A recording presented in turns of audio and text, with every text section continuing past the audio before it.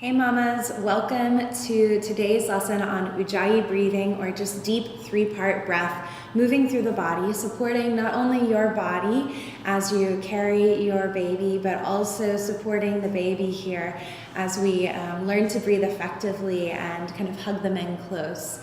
So basically, this is the kind of breath that you're going to want to use when you are working to exercise the body, as well as strengthen the muscles that need strength and support, specifically the pelvic floor. In some of my other videos, you'll see some pelvic floor exercises. You'll want to incorporate this Ujjayi or three-part breath as you practice those exercises. So the way that it works normally is you breathe into your belly, your ribs, and your chest.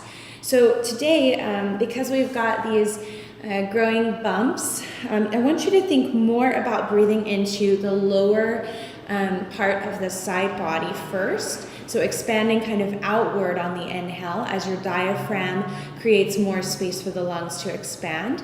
And then your second section is going to be this upper rib cage section. And then the third section is just a little chest lift. So taking a deep inhale through the nose, you'll breathe in through the ribs, in the lower part, the higher part, and up into the chest. So the chest is just a teeny tiny little lift that'll kind of happen naturally at the top of the breath.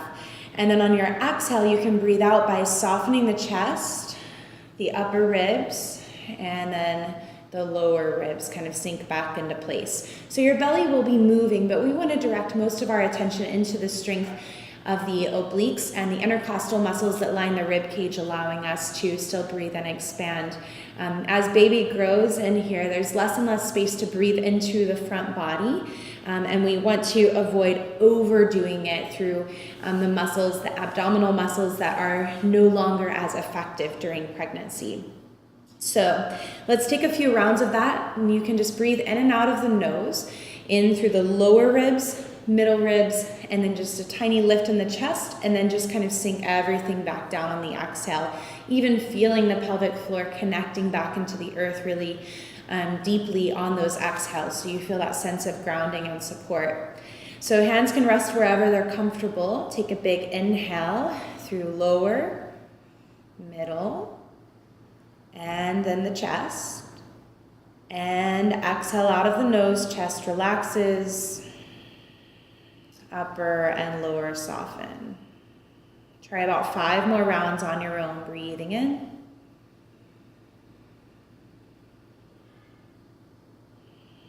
And out.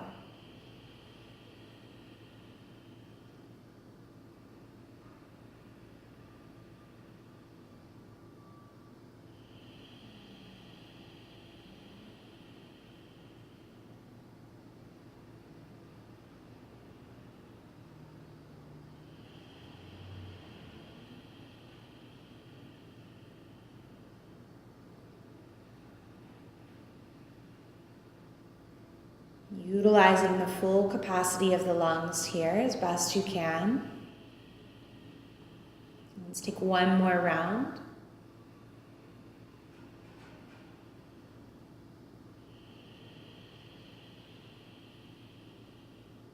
And you can open the eyes if they were softened or closed.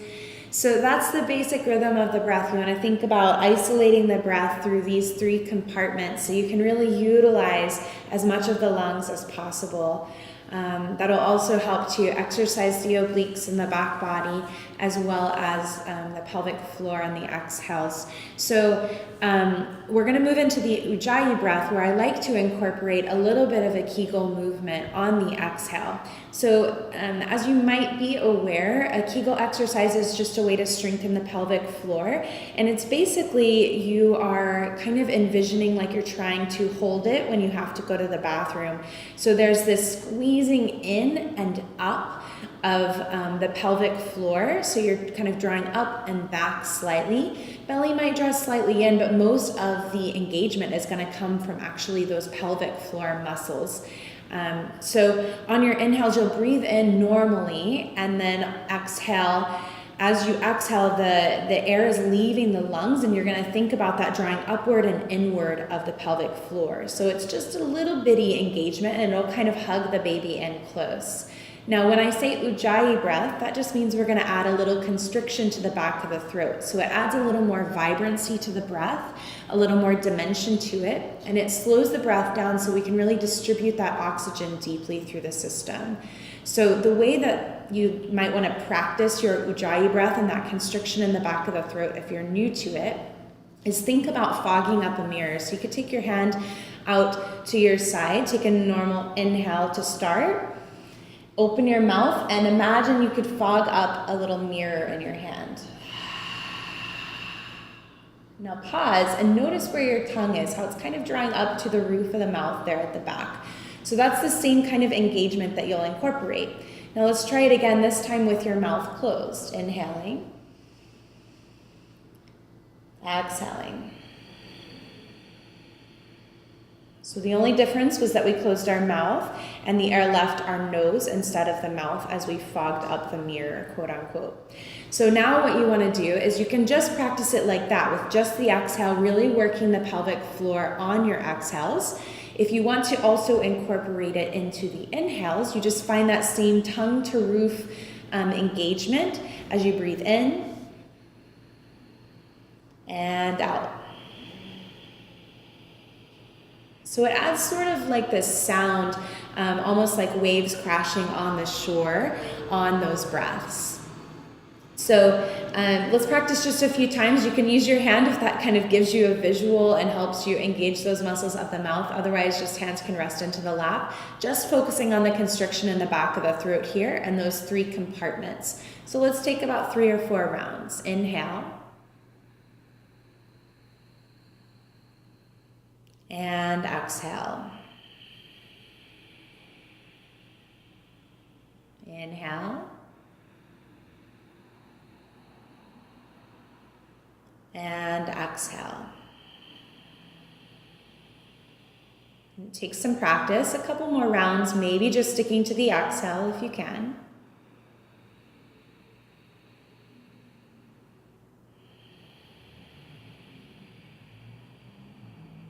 Let's take 2 more rounds total. And these times, maybe you add in that pelvic floor element, that kegel engagement, if you're comfortable exploring that. Your inhale, you kind of soften those muscles again, allowing the breath to expand as the diaphragm moves down. And exhale. As the diaphragm moves up, the air is pushed out of the lungs and the pelvic floor can really lift and activate. So you can keep those breaths flowing as you move through your day, through difficult moments when you're climbing the stairs or going to your yoga class. That's a great breath and a common breath that you'll use in prenatal yoga, as well as just regular yoga when you're not pregnant. So it's a great tool to really get into practice. This breath also works great when you're in labor and your body is going through a lot. The breath is extremely supportive to a laboring mama. So I would encourage you to practice as much as you can. Even breathing is a very simple exercise you can do daily during your pregnancy. So as always, make sure that your doctor has approved you for exercise before you practice any kind of movement or engagement as you are growing your baby. That breathing is generally safe, so just double check, make sure that everything's good to go with your doctor, and enjoy the benefits of your breath.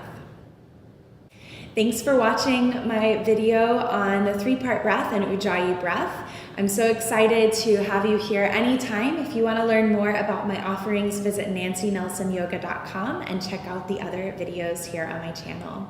Make sure you subscribe as well so you get notified for future videos.